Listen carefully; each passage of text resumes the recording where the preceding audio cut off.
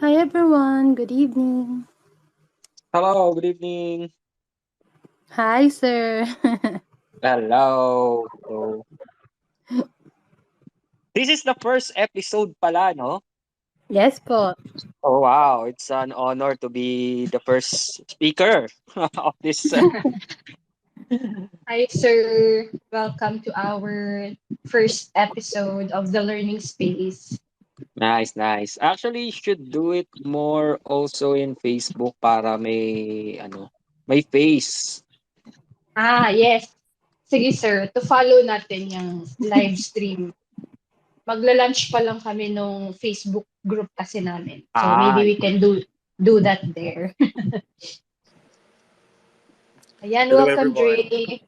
Hello, good evening, everyone, to all our listeners, to Sir, uh, wag to nang one of our sir, Mel guests, na lang. Sir Mel. Sir Mel.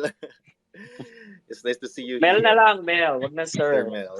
Mel, okay, thank you. Add mo din si Harvey as speaker, Johnny. Yeah, so yan na, may mga nagjo-join na. Let's wait for the others to join. Yes.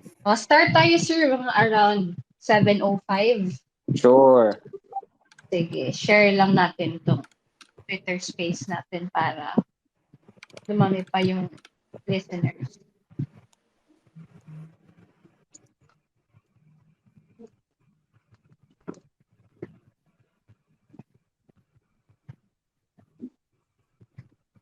Inano Ayan. ko na, Hi, pinost ko Harbs. naman na. So, medyo marami-rami na rin yung na-attend later. Tingnan natin. Sige, sir. Thank you for sharing our Twitter space. Ayan. Kompleto naman na ata tayo, no? Yep. Mas engaging kasi pag may video eh. Yung mga community, mas maraming na. Yun yung pansin ko we did the Twitter space then, but overall, so, well, with our community in Filipino, mostly they prefer to watch in Facebook Live. Ayan. Baka si Dre, baka pwede mo i-invite si Sir Mel sa SparkPoint. Of course, why not? Kasi I think we're brewing something this coming October with Arcus project.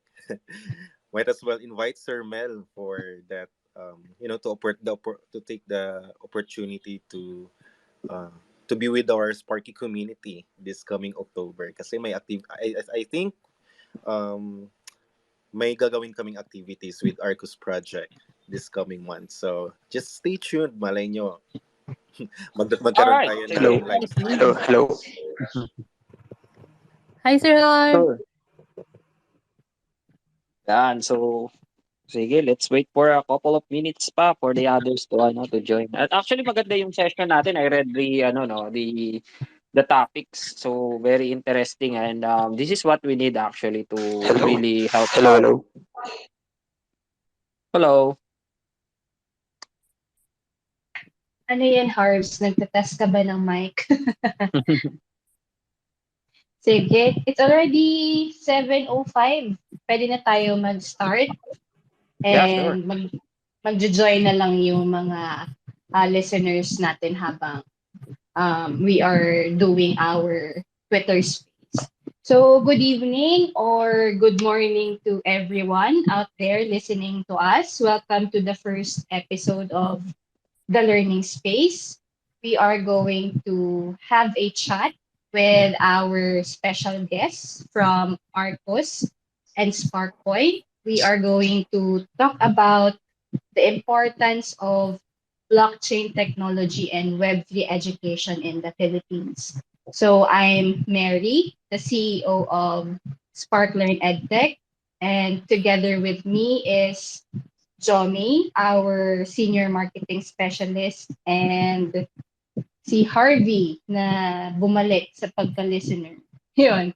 So, as Harvey will also be my co-host for this Twitter space. He is our Chief Technology Officer of SparkLearn EdTech. And let's welcome our guests for today's learning space. We have Sir Mel from Arcus and Dre from SparkPoint. So Sir Mel, maybe you can go first Hello, for the guys. introduction. Sure, sure. Hello, guys. To all the listeners natin in the Twitter space. So, I'm Rommel Carlos. I'm the CEO and founder of Arcus, a new play and earn game, actually, that we will be releasing soon. Our esports tournament. So, please follow our social media so you can register and join on our competition. So I'm to give you a background about myself. I have a 17 years experience in the IT industry. So I work in an international consulting and IT firm for the last for almost 14 years or 15 years, I think. So I work in the different in technology, from old to the new technology up to the blockchain space right now. So that's where we focus at. Also a serial entrepreneur with multiple businesses, traditional businesses here in the Philippines, and one of that is our. I'm a movie producer, which I would like to plug in to please guys watch the baseball player who won the best film for 2022 Cinemalaya Film Festival. So yon, nakapag-plug na ako ng dalawang ano ko, no, product ko. But yes, that's my background. But I'm really more on an IT geek, I would say. Nice. So, very fit pala talaga maging first guest natin si Sir Mel for our Twitter space since baka may mga technical questions na iba to dito sa space na to. We have an IT geek Yes, sa yes. guest Happy to natin. answer. Yeah, I'll try my best to answer every questions that maibabato nila. So hopefully I know each of that technology, no. So but I will tell you ahead of time that I don't know everything in IT. Napakalawak niyan. So discretion lang, no. Baka mamaya sabihin eh hindi ko masagot. I don't know about COBOL anymore. So baka magtanong ng COBOL eh. Sige sir, no worries. Classic yan, classic. We will only focus sa blockchain technology and Yeah, Web3 yeah. education. Sure. Sige. Thank Let's you. go. Thank you very much, Sir Mel. So before we move on to Dre, um, before we forget, we will just give a brief background also about SparkLearn EdTech. So SparkLearn EdTech is an online upskilling platform for blockchain technology and Web3 education in the Philippines. So as a startup, we aim to put the Filipino community at the forefront of Web3 architecture through upscaling or rescaling in blockchain tech and Web3. And we envision that the Philippines will become a blockchain and Web3 hub where Filipinos will be known as great and innovative builders in the Asia Pacific region. So gusto ni SparkLearn EdTech, gusto ng team namin na mas makilala pa yung mga Pilipino bilang Web3 builders, not only here in Southeast Asia, but across the Pacific also. Kaya meron kaming the learning space kasi we want to explore all channels or use all channels, mapa Twitter space man yan or live stream. We want to use all channels to educate the Filipino community about blockchain technology and Web3. So let's have Dre for his intro. So Dre, Hello, everyone. Good evening. And good morning also to our international speakers or wherever you are in the world. Good morning, good evening. I think it's around, yeah, it's evening here in the Philippines. It's 7:10 in the evening. And hello, everyone. I am Carl Andre Bongalos. I am the Chief Marketing Officer of SparkPoint Technologies Incorporated. And I've been with SparkPoint for almost magto 2 years na. Actually, I think I'll be having my second year anniversary at SparkPoint this coming September. And malapit na, September na next month.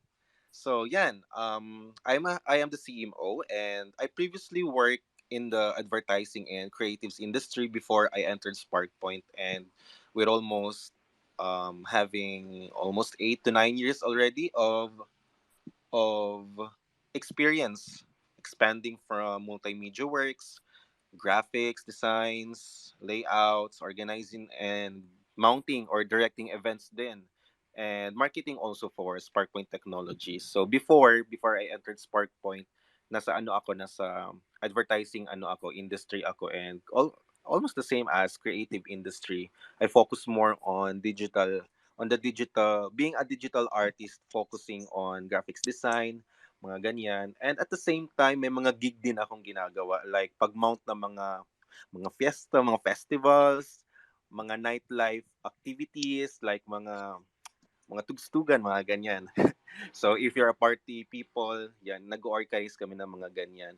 And also, nung kalauna nasa SparkPoint na ako, mas nag-focus ako sa digital marketing and of course social media management din for SparkPoint. So di ko din in-expect na mapupunta din ako sa field na ito, but as days and weeks, months, years went by, mas marami akong na-absorb and natutunan sa industry na to, and mas nag-expand pa yung experience ko when it comes to marketing. Of course, having SparkPoint as my current company. So yun. So I think that's it for my introduction. Ayan, thank you so much, Dre, for your introduction and sharing how you started at SparkPoint. So let's proceed with our Q&A proper para sa first question natin Mhm. to both our guests, kay Dre and kay Sir Mel. Um, Right. can you share to us how did your blockchain and Web3 journey start? And where did you get your learnings about this industry?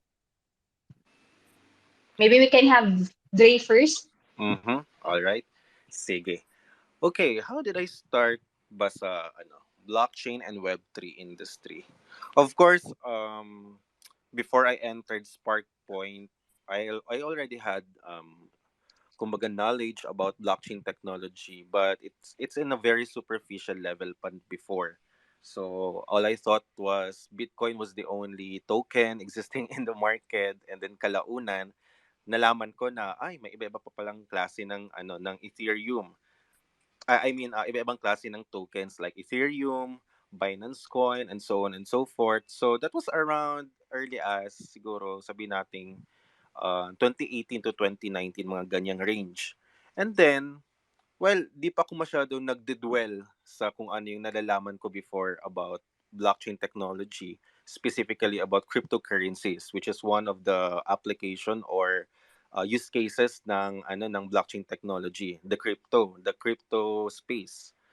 And then, when I applied for SparkPoint and then successfully entered the company as one of the senior marketing specialists, mas lumawak yung knowledge ko about blockchain technology and Web3 because of SparkPoint's various decentralized applications. So, doon ko nalam mas doon ko na mas nagduel ako doon sa mga iba-ibang products and services na ino-offer ni SparkPoint as part of having blockchain technology as its kumbaga pinaka product talaga, and it's applied on different products ni SparkPoint, like when SparkPoint has its SparkPoint wallet.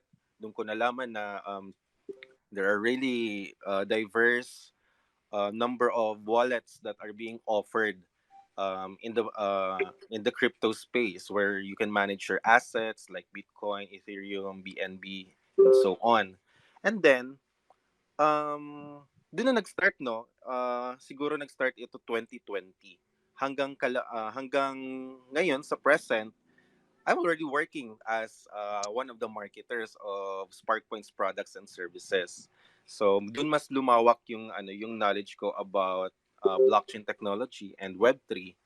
And then, as I dive deeper sa mga iba-ibang concept and aspects of blockchain technology, mas dun ko nalalaman yung mga possible pang applications ni blockchain technology. Well, aside from having it as a catalyst on, since SparkPoint is offering decentralized apps like crypto wallet, a decentralized finance platform, an NFT marketplace, in the future, I mean, and a launchpad platform.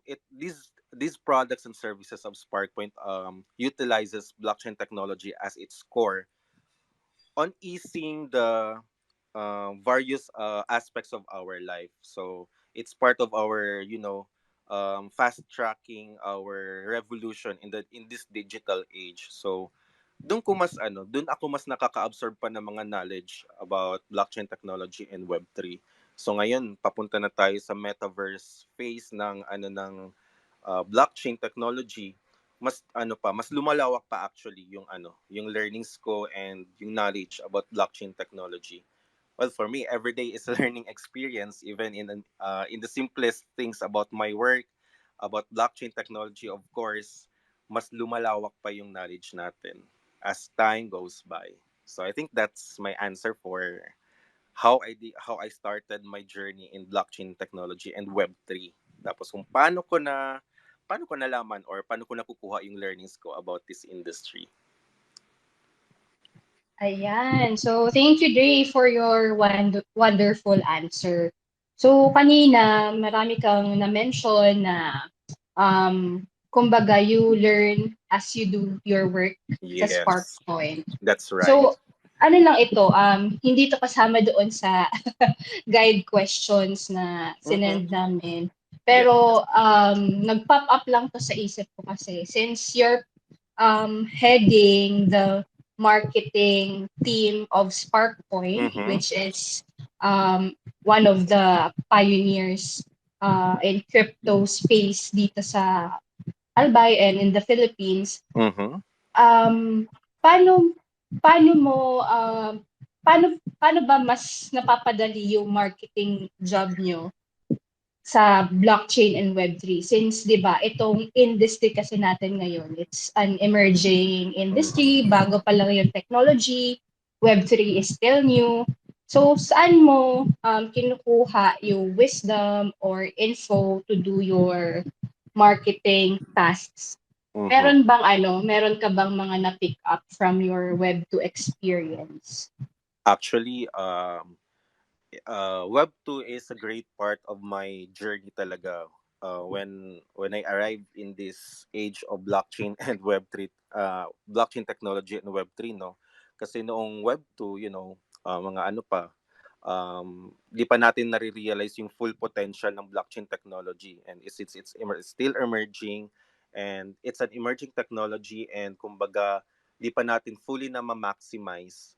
Pinag-aaralan natin siya everyday. So aside from in-depth research ng mga kung anong products and services na pwede nating i-anchor sa blockchain technology, dun tayo mas nakaka-extract ng knowledge on how we will promote it, on how we will take advantage, of course, of blockchain technology in our everyday life.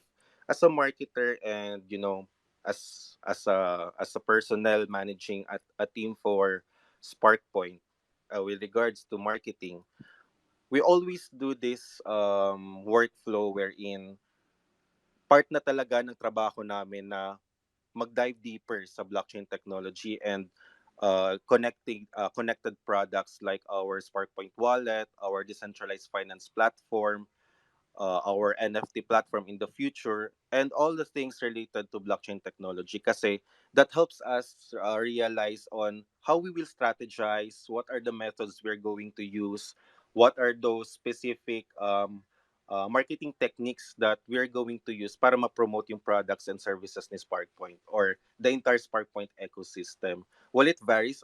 It varies kasi like in a specific decentralized app, there's a specific or target market for that product, and iba din yung target market ng mga iba-ibang products and services. So it really varies kung paano namin nagagamit yung knowledge namin about blockchain technology. But in an everyday basis, mas ano namin, mas more on ano kami, mas more on research, and hindi lang basta-basta talaga mag-promote ng, like, kung ang knowledge mo about blockchain technology is in a very superficial level lang. I think hindi mo pwedeng basta-basta lang i-promote yung product without even knowing its perks, its advantages, and even the underlying weaknesses of a specific product. So you have to be really an expert. Well, not totally an expert, but well versed of your products and services. So more on research, more on studying, everyday learning para mas maayos yung marketing natin for our products and services. Of course, for SparkPoint. So yun. Thanks, Dre. Thanks, Dre. Very good answer na at least you showed us na you, as the one leading the marketing team, kumbaga, Mhm. you should know the ins and outs of your products and Yes. services dito sa Web3. Ayan, let's have Sir Mel. Going back to the first question, how did your blockchain and Web3 journey start? And Wow. where did you get your learnings about this industry, sir? Okay, sure. Actually, I was amazed with ano no, with Ray dun sa shinare niya. Grabe naman si So Sir. hindi, it's very fascinating to see people from a non-IT perspective also Mm.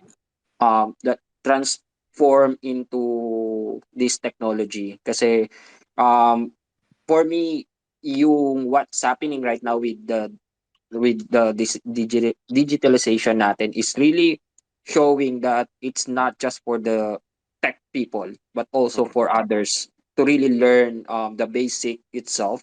So yon, that's why I salute to you guys and also from our listeners that really strive themselves to really learn about crypto, the Yes. blockchain itself also. So anyway, going to my journey, I heard first about Bitcoin 2015. And when I heard about it first that came to my mind, it was a scam. So I'm already working as a I think in a tech IT industry that time. So what I did is I did a lot of research about the technology. Sabi ko, my friend told me that it is created by a blockchain technology. You should checking about it. So 2015, between 2015 to 2016, I was studying about it, trying to learn about the blockchain itself. I code and then I saw Ethereum, and then that's where I started to learn about Solidity. I program myself during my free time at that time I was in Hawaii. I was assigned to a client base. So during my free time, mag-isa ka lang naman sa condo, wala kang masyadong gagawin. So I'm keeping myself up to date into the technology. So I learned about Ethereum and Solidity, the smart contract. I started my first smart contract development on my own during that time, but and then I started investing on it. So when I started investing, dun ko na nakita, natuto, maraming nasunog na fund because of the ICO that time. ICO is actually, we are the next blockchain, we are the next decentralization, blah blah blah. A lot of Yeah. project came out that copied Bitcoin that time. Yes. The trend is to fork Bitcoin and Ethereum. So a lot of fork Bitcoin, the Bitcoin Cash, Bitcoin Gold. There's Marami-rami ano. so many Bitcoin fork happened, and during that time we put our money in every Bitcoin fork na lalabas kasi we will get a portion of it. And then ayun fast forward, I stopped 2017. After the bear market, I focused more on my traditional business. And then 29 2020 2019 when I started to go back again. And then when I heard about 2021 about the Web3, nag-focus about NFTs and GameFi, doon ako na-fascinate about the new technology that blockchain can bring to the table. Yes. So yun yung naging focus, and that's why I started invested into a different play to earn games. And then I told to myself that how can we really create a quality product? How can we bring GameFi into the Web 2 space? Na paano natin Mm. ma-acquire tong mga traditional gamers? And we did a survey to why they are not moving into Web 3 and why are not playing Web 3 games it's because their number one reason, it's not fun to play. And the reason why you're playing games right now is because you're enjoying and escaping from the reality. Stress reliever natin 'yon. Yun yung mga common nilang sagot. And then they don't care even if they spend money in the games, the skins and everything. The reward is just a bonus. As long as the gamers are enjoying the game, they will keep on playing and paying premium to some of the games that we are all well known today, right? How many gamers we have? It's around 3 billion or 4 billion gamers around the world, and those are different kind of gamers. We have the casual to professional gamers, right? But let's meet in the middle. Yun yung kailangan nating i-target. So yon, doon nag-start ang journey ko, and now I started my own tech company that we develop Web 2 and Web 3 softwares and also games. And our first project we started is the Arcus. We already have a lined up game Web 2 projects coming up this year. So there are three Web 2 projects. So hopefully to get more projects, and we're increasing our tech team on that. So yun, that's why we're also partnering with SparkPoint to send our some of our resources to really learn on the blockchain space when it comes to education not just an education but the training that SparkPoint gives to the community. Yon. So yun yung aking journey for medyo more on technical side talaga. Okay, sir. Okay naman, okay yun, sir, na we get to know the technical side and the non-technical side para at least balance yung perspectives natin dito sa Twitter space natin. So, ayan, just to orient our listeners, Arcos will be sending some of their developers to SparkLearn EdTech's Blockchain Developer Bootcamp. So participants din yung developers ni Arcos sa BDB, and kami yung kumbaga magtuturo and mag-upskill nung mga talents na meron sa Arcos. So ayan, thank you so much, Sir Mel, for your answer sa question natin, sa first question natin. How about you, Harvs? Kanina ka pa dyan react ng react. Baka may Hello. gusto kang i-add Evening. or itanong sa ating mga guests. Sige. So, may question ako kay Sir Mel. Kasi Sure. pareho, co-practitioner ko siya. I'm also in the IT industry, a programmer. So, since sabi mo, sir, earlier, na-discover mo si Ethereum, pinakauna mo. So, you started with Solidity? Nag-start Started with practice. And with Web3 in its earliest version? So around 2015, 2016, I started to practicing Solidity. Nice. Yung pinakaunang fork pa yan, no? Di pa... Oo, yung una original, the original Ethereum. Oo, nice. OG. Kasi ako, I started, sir, around, 2019. So, medyo late na. So, ayos yan. So Ayun actually, lang. So yung sa naman sa Solidity, no, actually it doesn't really technology really evolved fast. Like right now we have Yes. Morales. So Morales Yes. really decreases your um tawag dito, make you efficient in terms of programming. Like around 80% of your development coding will really It's ready-made decrease. na. Oo, already made na. So technology really evolved fast. Yung You need to functions, keep ano na. yourself updated. It's just a one line of code that you need to call instead of before you write everything from the scratch. So if you're coding for about 4 hours now, probably you're just coding it within 1 hour, 30 minutes with the new technology. Tama yun, sir. So before Morales, then there's Web3 din, Web3.js. So yun din Oh, yung una. yes, Web3.js, Oo. yun yung mga kailangan mo pa ng validators. Oo. So, yun yung medyo talagang mga maduguan. Para kang nagko-code ng kumbaga dati COBOL, tas bago ka nag-Visual Basic. Tas ngayon, there's new technology out there talaga na ready-made na. Kumbaga si Pinadali talaga. Morales more on high programming language na sa Web3. Yes, Kumbaga, yes, yes. like JavaScript siya. Itong mga nasa earliest yun, yung na-mention ni sir na parang COBOL. Mga low-level programming language na yun, kailangan mong pagtuunan ng oras and kailangan mong pigain yung brain mo para, Correct. execute. Sige man Yeah. lang. Thank you, sir. Welcome. Rommel. Ayan. So, I think naman dito sa industry naman, it's never too late to learn and start getting to know the workings of Web3.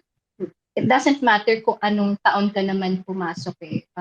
Kumbaga, ang importante lang is yung passion mo for building in this space dahil very fast pace nga yung industry natin. Minsan mabilis tayong ma-burn out, and syempre yung yung ability to keep up with the technological innovations, kasi minsan parang nagiging may mga times kasi na parang yun yung nagiging batayan na parang anong year ka pumasok sa blockchain or anong year ka ba pumasok sa Web3.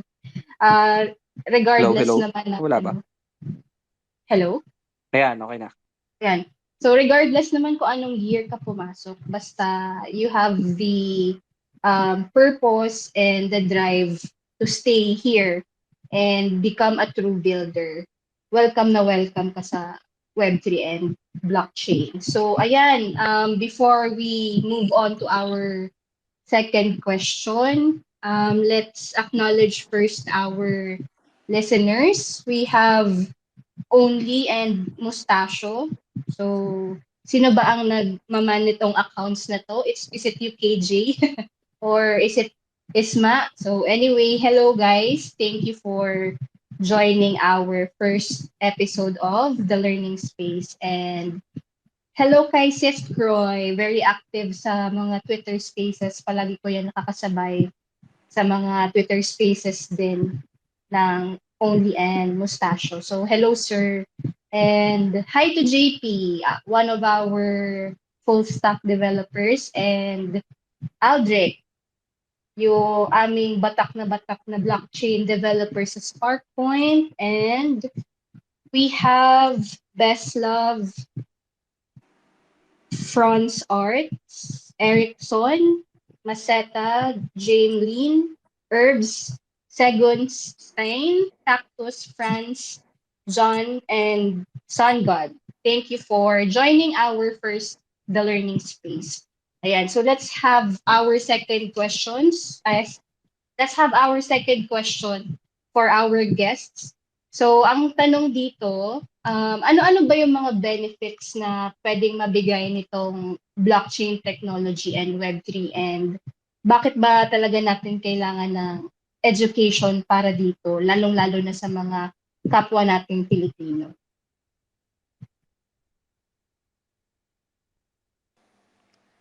Shall I start? Sige, go ahead na. Okay. Go. Okay. So, the question is yung mga benefits no na pwedeng maibigay ng blockchain technology and Web3. So, I think I have to establish first the what are the use cases and what are the applications of how blockchain technologies are used in these different use cases where we benefit the most, 'di ba? Right now, unahin ko na yung industry or yung yung company namin, SparkPoint Technologies Incorporated. Kung ano yung mga products and services that we all work with para mas ma-utilize yung blockchain technology. So we are involved with ano no with the fast tracking of digitalization of payments and of course the more like remittances of our countrymen here in the Philippines. Yun yung fina-fast track ni SparkPoint as as part of our mission and vision of SparkPoint. We aim to fast track the mass adoption of cryptocurrency and its underlying technology like blockchain technology with regards to mobile payments, remittances, exchanges, gaming, and etc. So parang isa yung mga products and services ni SparkPoint or the entire SparkPoint ecosystem as a catalyst on, um, yung pag-fast track ng paggamit ng blockchain technology in our country. So, we are a catalyst for this digital revolution. So, most of the time ang mga ino-offer ni hindi lang mostly but the entirety of what SparkPoint offer is more on the more on the financial side of the application or use case of blockchain technology. Well, aside from from banking, financial industry of blockchain benefits, we also have those like blockchain benefits para sa supply chains and mga food chains, like it improves the streamlining processes na meron sa mga supply chains. So they use blockchain technology for that. And we also have those sa healthcare, yung pag-store ng mga data, and they use blockchain technology to um para ma-avoid yung yung higher cost pa ng pag-process ng mga information ng mga patients in the healthcare industry. And it also makes easier to share records across different aspects of their industry din sa healthcare. We also have those in the pharmaceutical, like yung mga gamot, paano nila related din siya sa supply chain eh. So paano nila nire-record yung mga iba-ibang mga produkto under in the pharmaceutical industry. We have also benefits sa gobyerno wherein we can work smarter and mas mas streamline din yung mga processes sa government. Kapag may blockchain technology na sa government, mas madaling matrace yung mga different transactions. Yung mga inaasikaso nating mga documents, mas mapa-fast track. Yung pag-audit ng mga transaction, mas nabibigyan ng transparency and the confidence of transparency nga sa pag-track nung or pag-trace ng mga different transactions sa government. And of course, yung parang isa na rin sa benefits na nakukuha natin is yung increase din sa the reliability, and then yung efficiency and speed na binibigay ng blockchain technology in various aspect of what I mentioned earlier.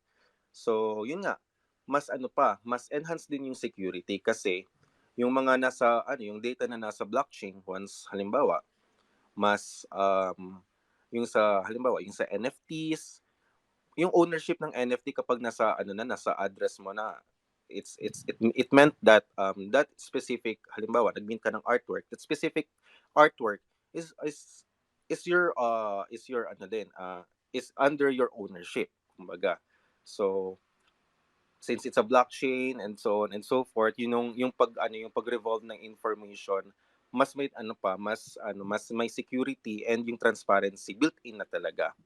So bakit natin all of those things I mentioned, yung benefits na nakukuha natin with blockchain technology, paano natin nasasabi na kailangan natin ng education dito? Siguro I'll give 3 key points on why we should learn we should learn, aralin yung mga benefits na nakukuha natin sa blockchain technology. and in Web3.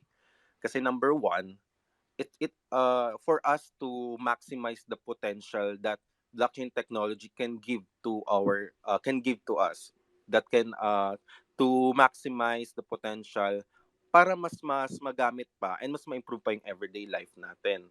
So that's number one reason bakit natin inaaral yung technology. Number two, maybe in a business perspective, dito na pumapasok yung parang yung mga sinabi ko nga na mas heightened yung security, the transparency, and yung efficiency na binibigay ng aside from efficiency is yung yung reliability and speed na binibigay ng technology para sa mga ginagawa natin. So, yun din yung isa sa mga inaaral natin. And kapag naaaral natin, we create products that take advantage of these benefits. And then pangatlo, it's also for us to avoid then mistakes. Like we knew from the very start, I mean not from the very start, but as we slowly progress on learning various aspects of blockchain technology, especially kapag nasa on the finance side of blockchain technology like cryptocurrency, exchanges, trading, and so on and so forth. Disclaimer lang, no financial advice dito po. Yun nga, sinasabi ko na kapag andito tayo sa isang malaking space ng ng blockchain technology, which is the cryptocurrency part, dito medyo nangingibabaw or malakas yung mga manloloko, mga nanggugoyo, yung mga tao din nagte-take advantage ng mga taong kulang pa ang knowledge sa blockchain technology. So, 'di ba, not only about blockchain technology but about cryptocurrency, on trading, on following products that may lead you to extortion.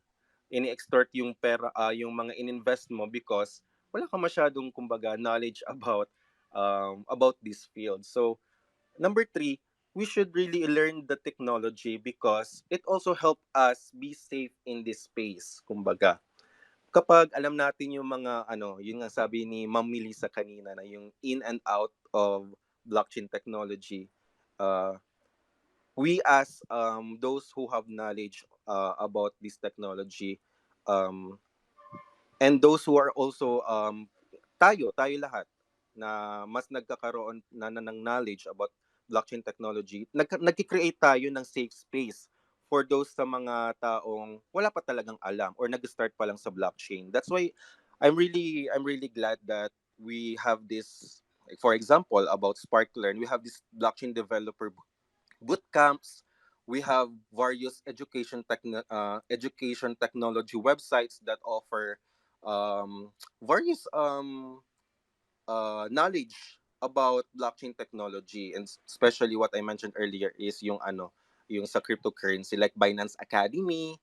Meron din akong nakita ng mga local edtech platforms that offers free courses in order to help those who doesn't have yet enough knowledge or help those individuals na makapag-onboard sa blockchain technology. So, andun yung need, andun yung kailangan nating aralin talaga yung blockchain technology. Is for us to benefit and for us to get the full benefit, ma-maximize yung potential, and also be safe on using blockchain technology and using the products and services that utilizes this technology. Kasi kapag wala kang alam, pag hindi mo masyadong gama or yung hindi mo masyadong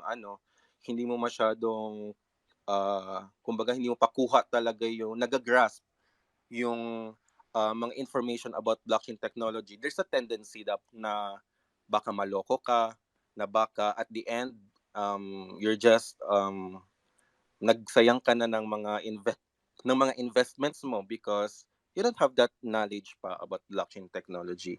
So, yun yung 3 points ko na siguro masasagot ko kung bakit natin kailangan aralin talaga yung technology. So, yun po.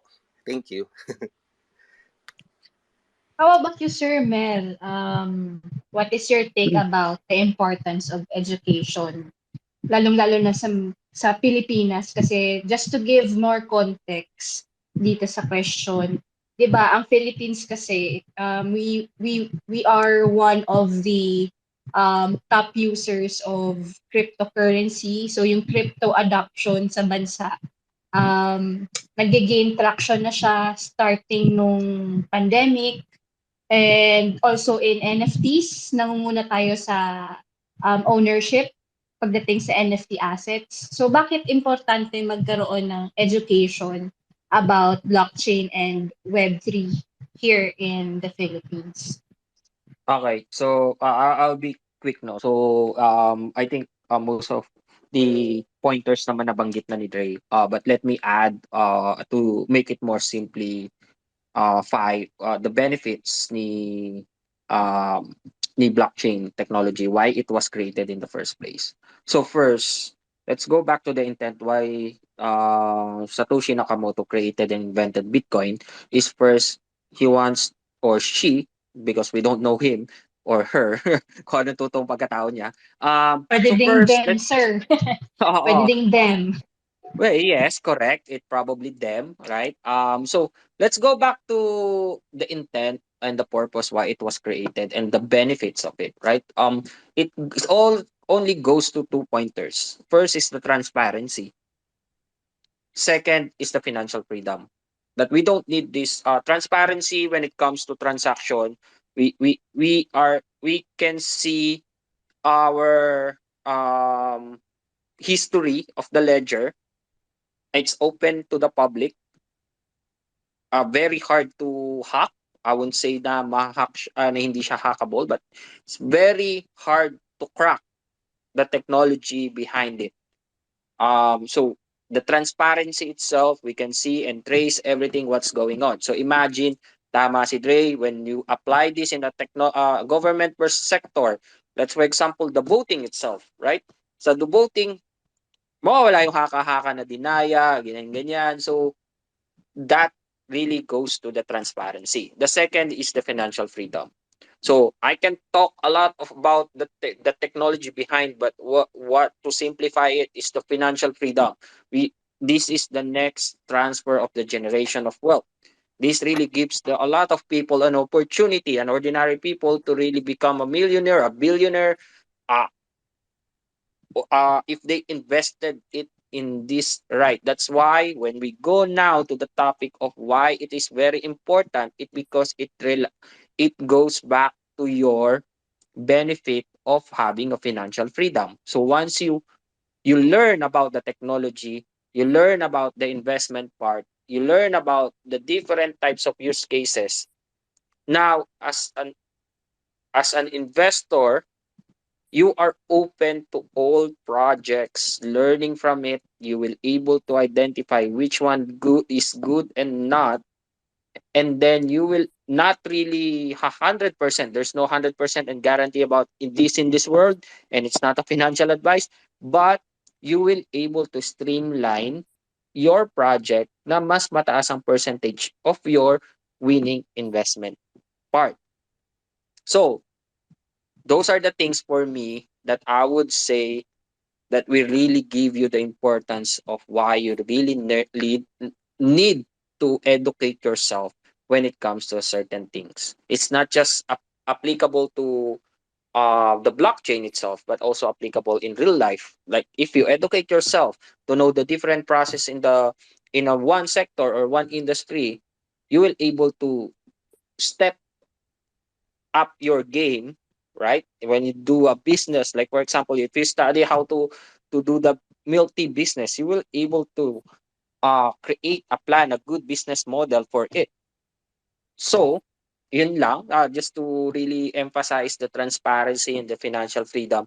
And after all, that's why we're all jumping here in the Web3, because of the financial freedom that we are wanted to achieve, and also the transparency for the um other sector na meron na gusto nating talaga makita when it comes to our ledgers. Ayan. So, thank you, Sir Mel, for your answer. So, um, tama naman yun na if you want to jump in a certain sector or industry, you must learn first how it works. Um, one thing I've noticed din sa mga taong pumapasok dito sa Web3 or blockchain, ang pinaka first talaga nilang kumbagang stepping stone is the financial freedom and the opportunity of having a good life through investing or buying tokens uh, or cryptocurrencies. But sadly, most of the people have uh, sometimes they have the wrong notion of handling their assets or handling their money when buying cryptocurrencies. So, ito yung aspect na kailangan din pagtuunan namin as SparkLearn EdTech. Kailangan namin mag-focus dito on how to um, give, kumbaga, literacy or how to make people literate when it comes to cryptocurrency. So, ayun, baka yung mga listeners natin may mga questions kayo to our guests or sa amin. You can just request and we will give you the opportunity to ask questions to Sir Mel and to Dre. Dito kanina may nakita ako a question from Isma of Only. Um, Addressed siya to Dre. Question to Dre of SparkPoint. Yes, Being please. one of the being one of the startups who are building since Mhm. 2018 and considering you guys are outside of Metro Manila, how does the company manages to survive a couple of bear markets and launch your own decentralized exchange and the apps and other products? Grabe, Dito no? ba si Isma? Wala siya. Well, I understand yung ano no, yung core ano, yung parang core point nitong ano nung question na to na you're a project coming from the province, you're outside Metro Manila where most opportunities are from, like mga nasa Manila talaga, or some people say the Imperial Manila where you can find most of the opportunities. And kapag sinasabing nasa probinsya ka, mas parang mas less yung ano yung opportunity na nakikreate and nakukuha and nare-reap din ng mga startups na andito sa province. So we've been through how many bear markets already since 2017, or I mean, yeah, 2017, kasi yung mga ano pa, mga founding fathers pa ng SparkPoint yung naka-experience nun, and ako recent lang naman nakapasok. Actually, this is my first experiencing hands-on the bear market though, as one of my as I'm also holding assets din, and we know the current market situation, red tide kumbaga, namumula-mula ang mga graphs ng mga tinitingnan nating ano, mga assets sa coin market cap or CoinGecko. Ngayon, coming from in a perspective of a startup in the province, well, maraming factors eh. Number one, kasi for me, tinitingnan natin sa startup, paano sila I mean, one of the few reasons bakit nakaka-survive yung mga startups na nasa outside Metro Manila din is because they're really aiming for to succeed in this in their field that they have chosen, especially in when SparkPoint as a part of the finance industry in the future, and as a developer of products and services that deals also with with finances, like what the question says about having a decentralized finance exchange. Kumbaga, yung eagerness to sustain your business despite the challenges, kasi ang kumbaga, ako personally, we have the you want one should have the willpower to to get through all of the challenges para mas makuha mo yung success na level of success na gusto nating makuha in the business. So it's a Filipino character na din eh, na the resiliency din ng ng mga tao when when challenges are being, you know, they experience challenges in life. Part na yun ng ano ng natural kumbaga natural response ng mga Pilipino na gumawa agad ng paraan or have the kind of not damage control but you know you have always a backup plan to you have a plan to back up whatever things that may happen to your business. Kasi ang SparkPoint ilang bagyo na ang na-experience dito sa Bicol. Tatlong magkasunod-sunod na bagyo yun, no? 2020 ata yun or 2021. Yeah, 2020 when three consecutive typhoons hit Albay and SparkPoint is was temporarily stationed on a co-working space in order to sustain the operation para tuloy-tuloy yung operations ni SparkPoint during those calamities, disasters that happened in Albay. So, nasa leadership din talaga ng grupo or ng team and the entire company talaga. We are blessed with natural leaders talaga sa field na ito. Like for example, we have our chief technology officer that are very supportive and you know go-to person namin kapag when it comes to consultation on what are the things that we need to do next in order to achieve this. You know, the kind of leadership that we have in SparkPoint is really I'm really impressed. I'm really proud of it kasi you know, as a follower of a leader, I know that I'm learning a lot from these leaders that we have in SparkPoint. So, one core aspect kung bakit tayo nakaka-survive or mas nagpupush pa to achieve a certain success is because aside from being resilient, we have that kind of leadership that pushes us forward from para maka-level din kumbaga sa performance ng mga startups na nasa Metro Manila. Medyo unfortunate na minsan na ano tayo, minsan nababranding ang mga startups on the provinces na parang di naman yan kaya. May mga ganung connotation eh.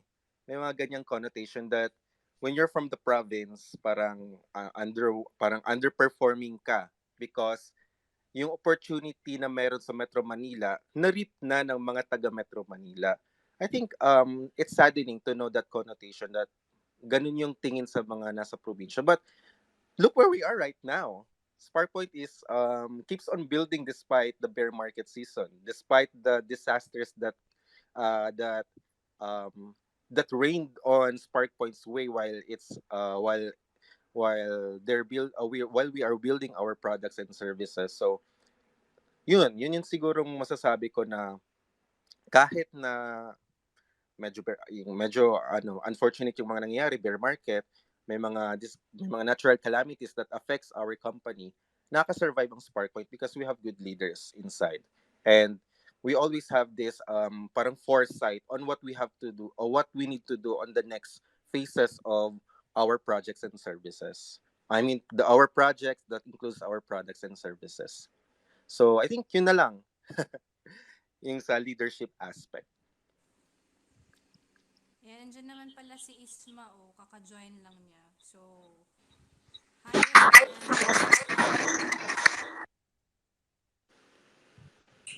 Dre, pwedeng pa-mute muna, no?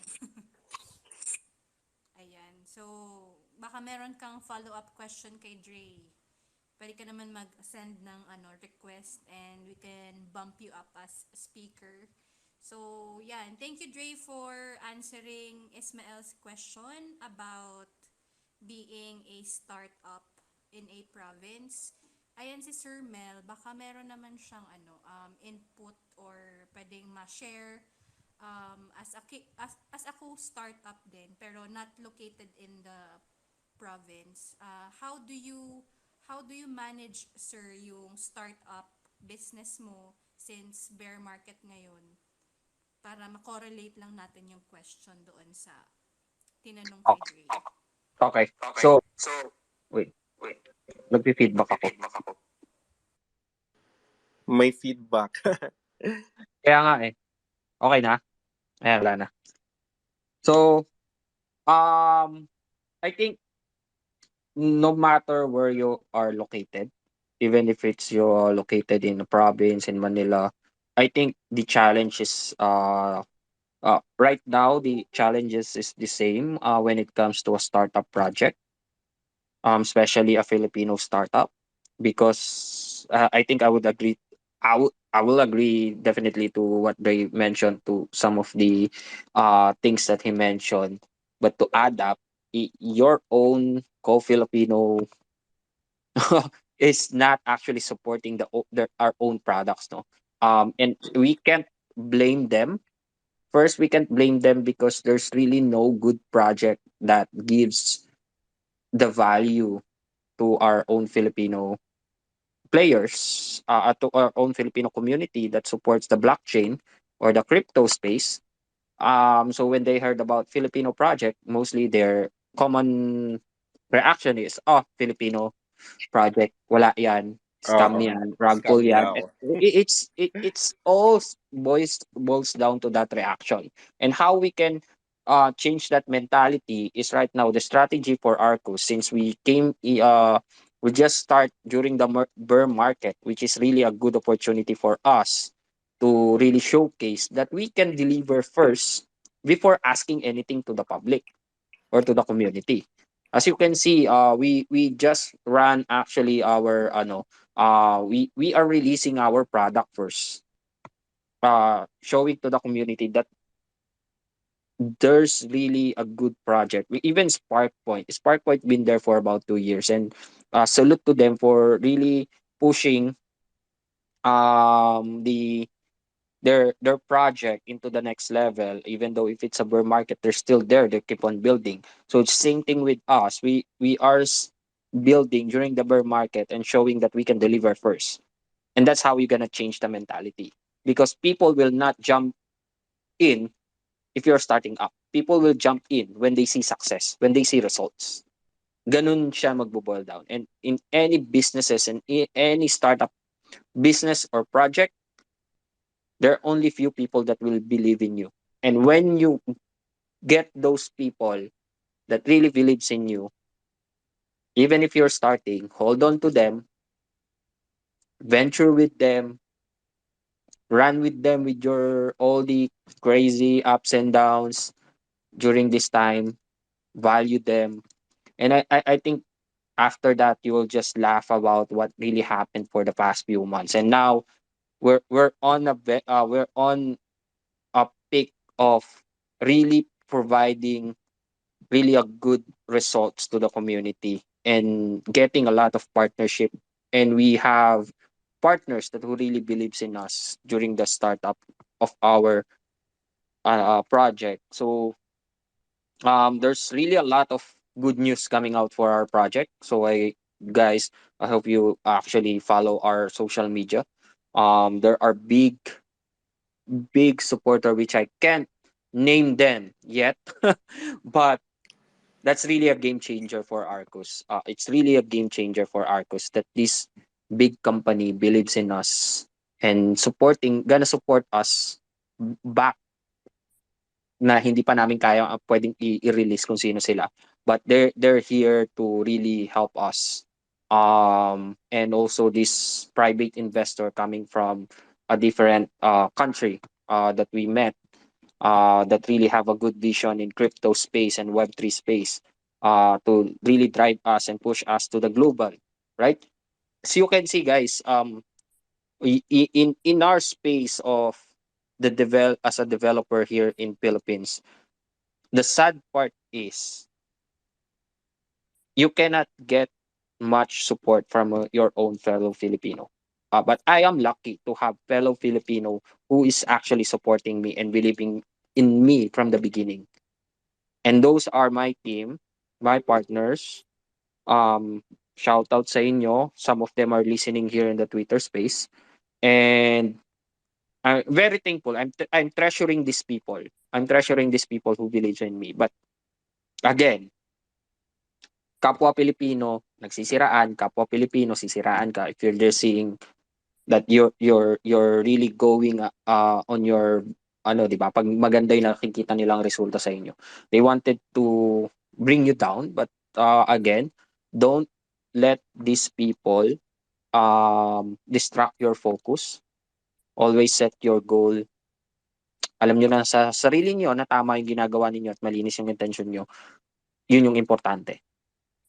And but at the end of the day, if you believe that your project really will give a lot of value to the community, then push it. Your good intention will really tawag dito, magbubunga din yan in the end. So do not rush things, plan it well, everything. So for me, that's it. I just wanted to encourage everyone na mawala ng pag-asa. There are really people, and one of our goal din naman is to in the future to really create other startup projects also to help them. But for now, we're helping ourselves first. But later on, once we go big, we'll pay it forward to others, right? And also this, hopefully that this will also pay it forward from the others. So it's just a domino effect. And until the global community will know that we have one unity na as a Filipino project, na yun lang naman yung hiling ko. We should have a unity in this space.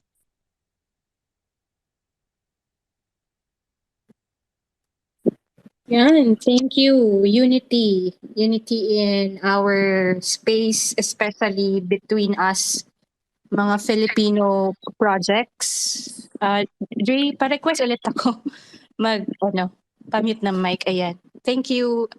So yun, very insightful and very encouraging na words shared by Dre and Sir Mel. I think naman regardless of the phase we're in, mapa bull market or bear market man yan, we should always strive to become better builders sa community natin, and hopefully we can fully support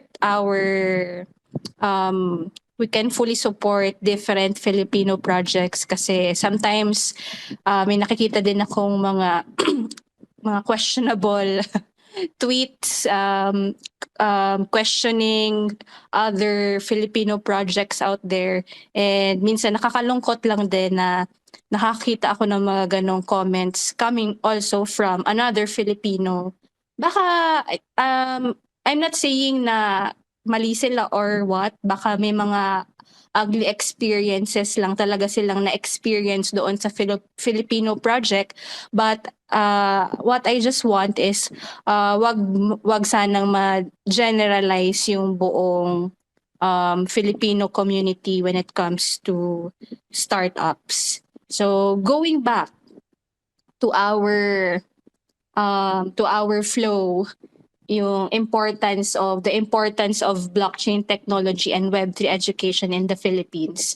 Last question na to kasi Sir Mel needs to go to another, baka may another gig. So I will address this last question to Sir Mel first. Bakit ba kailangan natin damihan pa yung mga blockchain developers dito sa Philippines? And ano yung magiging benefits pag dumami na yung na-onboard nating Web2 developers into Web3? Okay. So for me, so thank you for I have a important meeting kasi at 8:30. But anyway, to really address and why we really need to build more people in a blockchain space or developer. This will be the next era na eh. We're really going through the next market natin. So it's kind of like when internet was created, nobody's believing in the internet, di ba? So parang ganun din in the Web3 or blockchain space. There are only few people pa lang. I think it's around 10% of the population lang ang marunong ang nakakarinig about blockchain or crypto, kung ano yon. And also from a development perspective, we're really tawag dito, kulang talaga when it comes here in the Philippines. It's either they are working for some project abroad or they have their own project. So sobrang kulang when it comes to technology, and it's not being taught pa with in the school. So if we wanted to really advance our country, actually, our country in the global market, we really need to lead this way, to lead this technology. So we should be the one leading kasi tayo number one user ngayon eh. When you look at the GameFi perspective lang, we're occupying 50% of the population from a Web3 perspective, from a industry pa lang. So dun pa lang 50% na tayo. So mostly we are the user. So why not we lead the development also, right? But we need to really teach these new upcoming and aspiring developers to know what's the intent and the moral value of having this power. The sense of responsibility kapag naging developer ka. I was a developer way back, like for almost 17 years. But when I learned about Bitcoin and the ICO during the 2015 to 2017 era, I never created a website that will say that this is the next generation. I never rug a project, even though I have the power to do it, to create a website, to create a project during that time.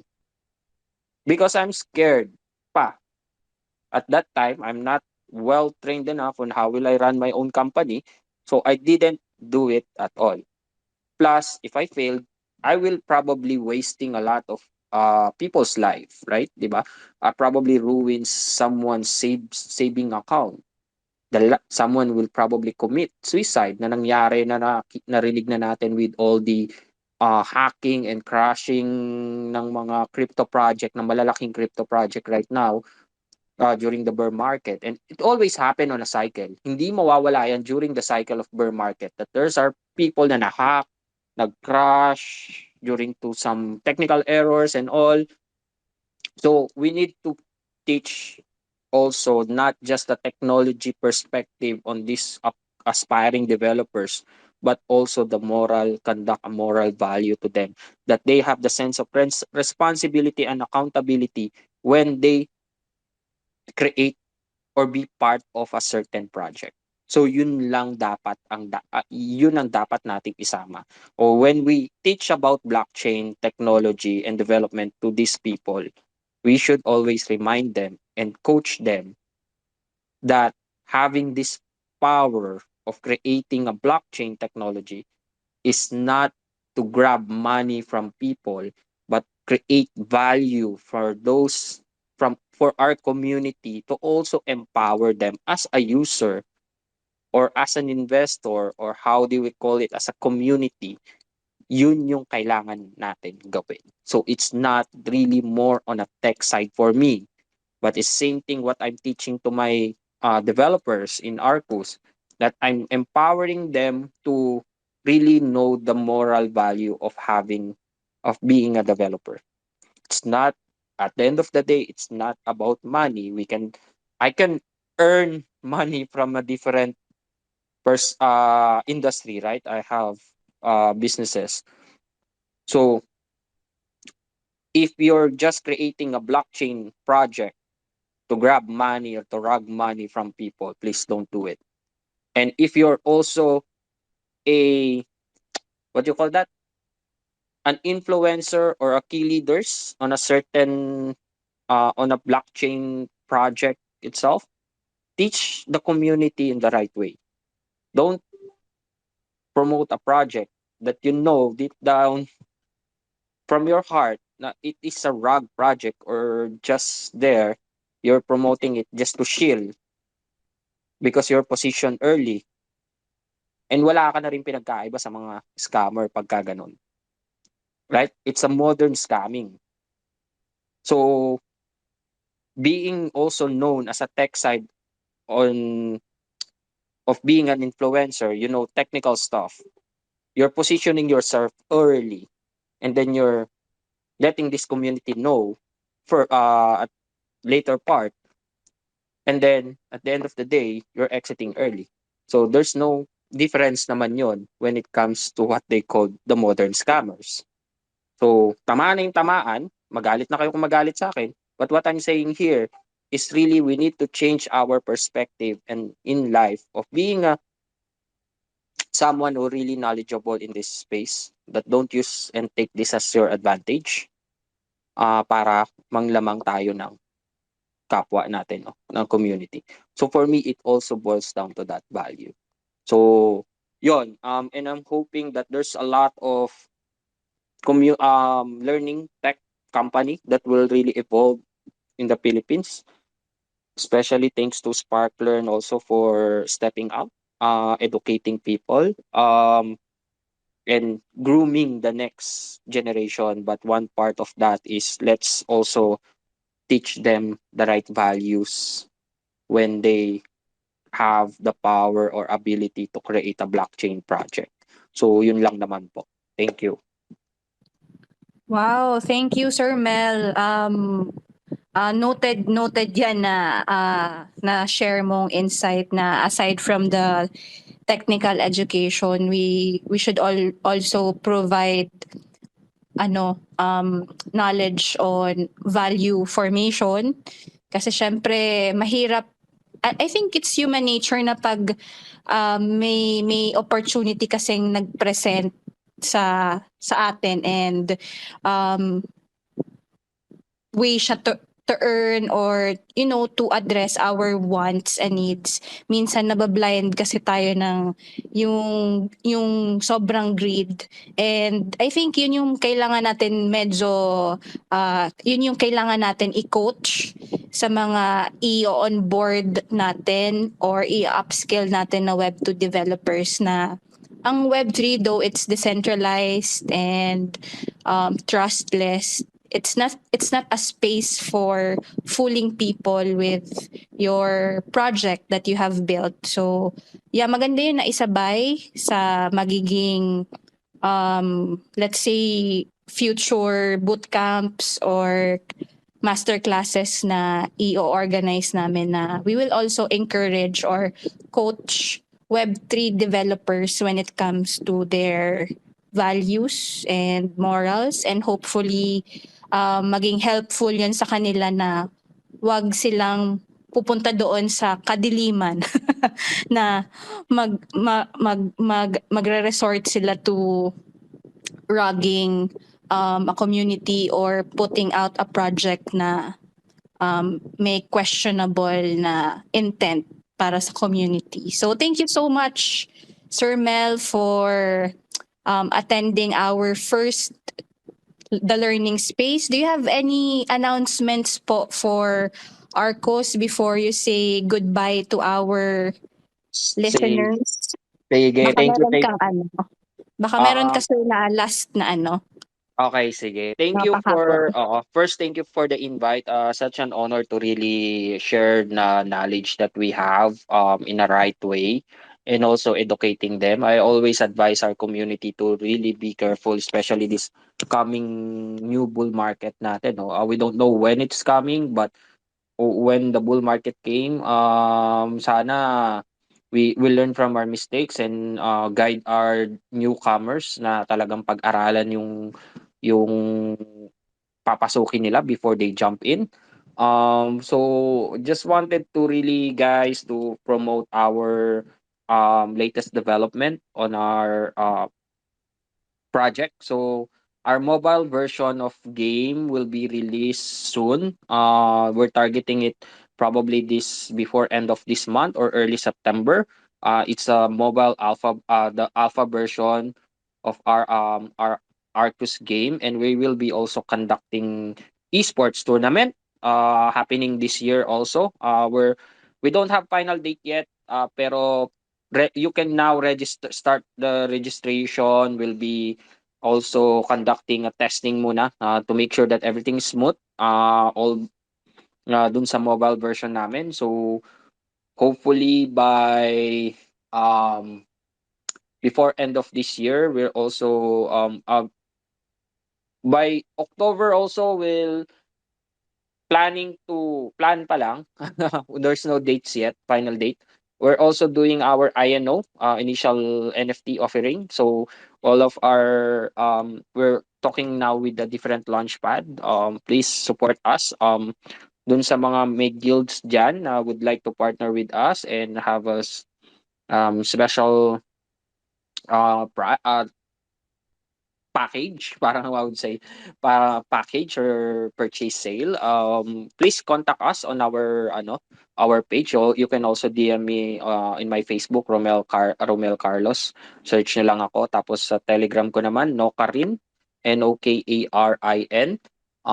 You can message me for more collaboration and partnership sa aming project. So hopefully guys, to see you on our events. We'll be conducting one of the big esports tournament for Web3, also mix of Web2. So hopefully a lot of people to join. This will be fun. We are planning to.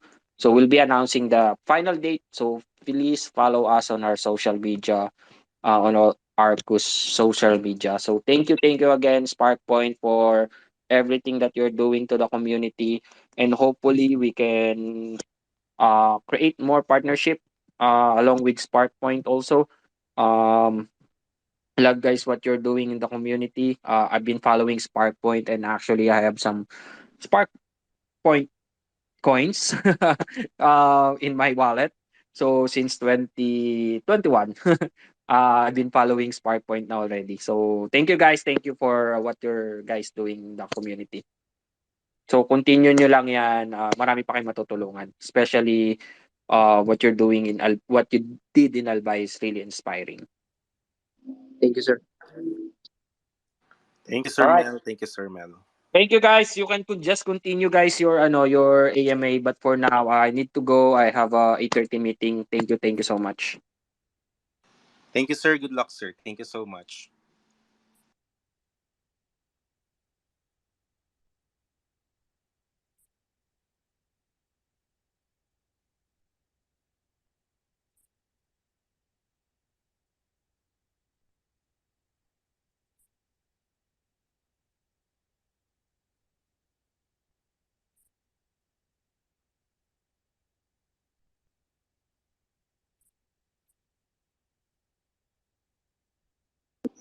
Hello. Gising pa kayo? Mukhang na-disconnect si Ma'am Mary. Yeah, let's wait for it to connect back.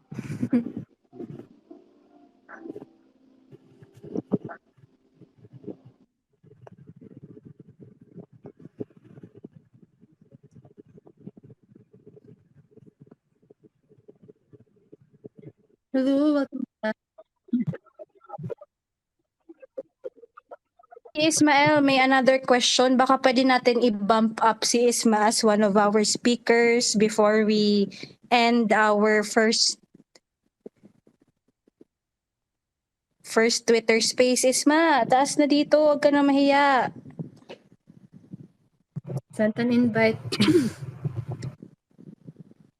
Dami kasing tanong. Nakita ko dun sa comment section. Naka-laptop daw siya.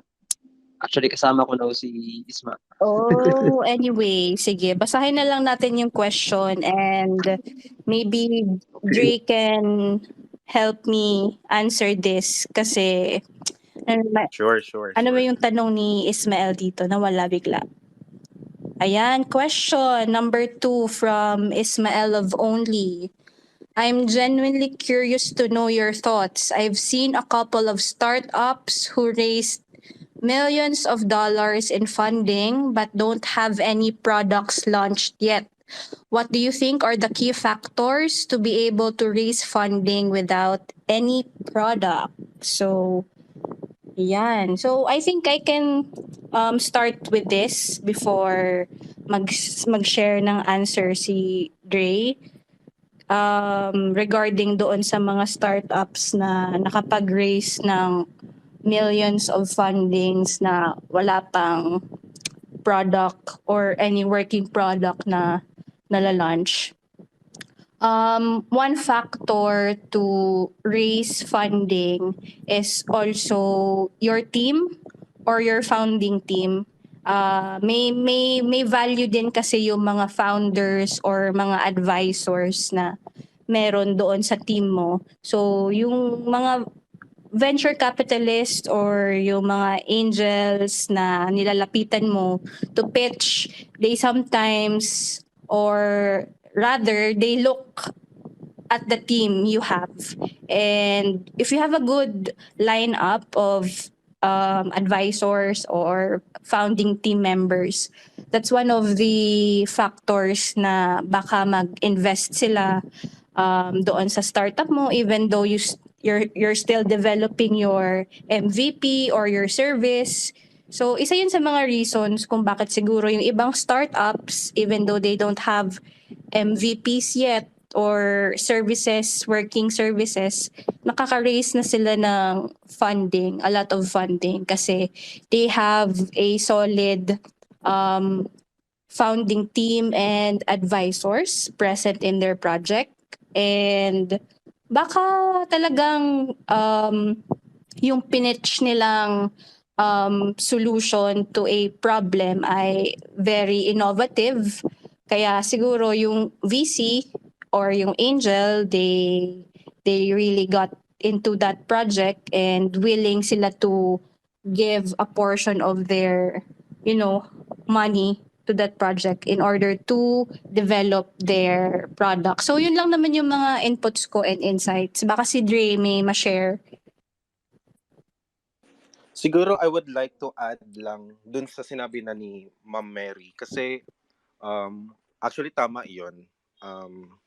The value of those people that found a company really matters kapag kapag you're looking for funding and financial support from various institutions and organizations.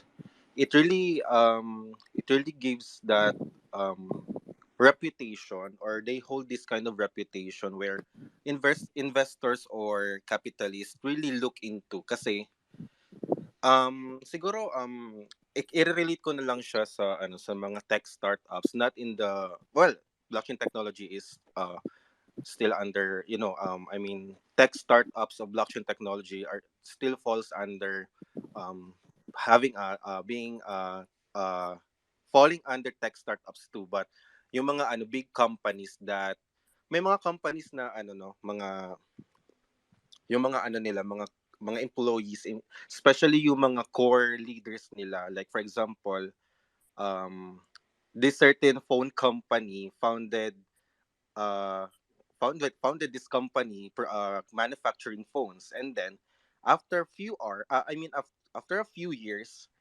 nag-branch out siya from that specific phone company and then founded another phone company. And then we just having that reputation that he or she came from that phone company that has great reputation on producing marvelous products and services.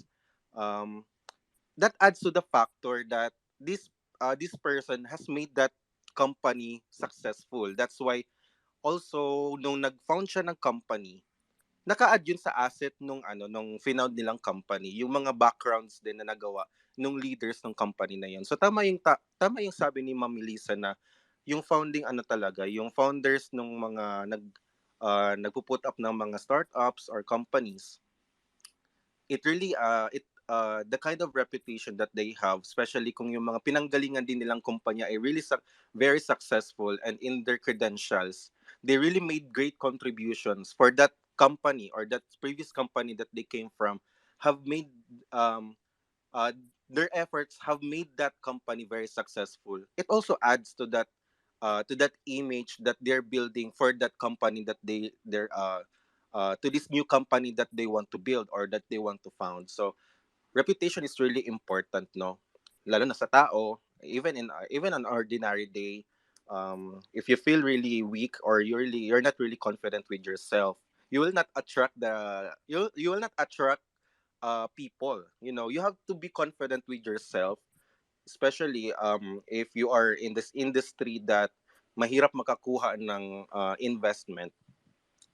You have to build yourself too in order to for you to have a good image or that kind of reputation that you need in order for this inflow of investment pumasok dun sa kumbaga makakuha ka ng good investment din. So you have always to invest in yourself so that may mag-invest din sa So when people see that you have this great image, especially in a company setup, people would really swirl and would really look into your company, and then makakakuha ka talaga ng investment. Siguro ganun yung mga cases na nangyayari sa mga companies na wala pang products talaga, as in zero pa, but because of their backgrounds, their reputation, their history with other companies, they really get millions from various organizations, financial organizations or institutions. So the kind of trust that they get from these people are very important. Yun po, yun yung input ko about why they still get money or I mean investment regardless na wala naman silang product. Yun yung sagot ko. Pero ano naman, just to add, yes, malaking help yung funding na nakukuha from VCs, angel investors, or wait, pa-mute ulit, Dre, para hindi mag-feedback. Ayan, so yeah, malaking help yung nakukuhang funding from VCs, mga angel investors, or mga investment firms. Pero may mga startups din kasi na um, they become big even though without this external funding. Kumbaga, bootstrap fund lang yung nakuha nila, or they were able to raise funds from their personal network, family, and friends. Kasi I, for one, have seen yung ganitong setup na yung, just to give an example, yung school ng auntie ko dito sa Albay, hindi siya nag-seek ng any external funding or investments. Wala siyang kinuhang other investors na magpo-fund ng international school niya. Kumbaga, she worked on it all alone. May mga help din siya nakuha along the way, pero alam mo kasi kung andyan yung groove sa'yo as an entrepreneur or a businessman, andyan yan talaga regardless of millions of fundings na makuha mo or hindi. Pero kung andyan yung groove mo, yung drive mo to do or to solve a problem in this area, magsasucceed ka regardless kung may millions of fundings ka or wala. So, yun lang naman. Baka yung mga listeners natin, do you have any more questions? You can send your request. We can bump you up as a speaker. Or may si Harbs, baka meron ikaw na may question ka before we end our space. Do you have any more questions kay Dre? Since si Dre na lang ang andito sa Twitter space natin.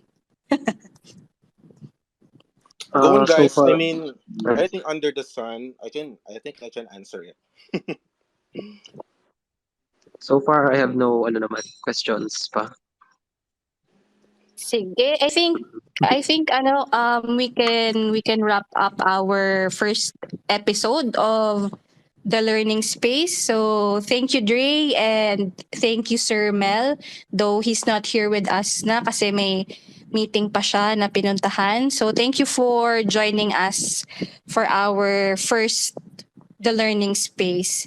And before we end our Twitter space, we just have some announcements regarding our Blockchain Developer Bootcamp 2022. So the scholarship application is still ongoing. We have a scholarship grant courtesy of Blockchain Space. So if you have any Web2 developers na mga friends na gusto mag-onboard to Web3, you can send the link. It's pinned here on our Twitter space. And considered kaya tong Alpha Leak if ever. May nakuha kaming another sponsor na magsusupport ng additional 3 slots. So in total, we have 6 slots open for the scholarship application. So instead of 3 scholars, we'll be getting 6 scholars, and our new sponsor will be INB, Bebe Bata Corporation of Sir Patrick. And yeah, that's it. Hopefully meron kayong ma-inform ng mga Web2 developer friends so they can join us in the space in Web3. And also, for the next episode of the Learning Space, it will happen on August 30. And we'll be talking about crypto scams and heists na nangyari dito sa industry natin. So we'll be inviting another round of guests, or maybe yung mga listeners natin, they can become the speakers as well. You know, just have a casual sharing kung ano yung mga na-experience nyo when it comes to crypto scams, and kung ano yung mga insights nyo about the hackings of different crypto bridges. So see you sa August 30 for the second episode ng The Learning Space. Thank you so much to our listeners for attending our first episode, and hoping that you join us again for the second installment. So thank you guys, and have a great day ahead. Thank you, guys. Thanks, guys. Good Bye-bye. night. Thank you, Bye. everyone. Thank you for joining us. Thanks, guys.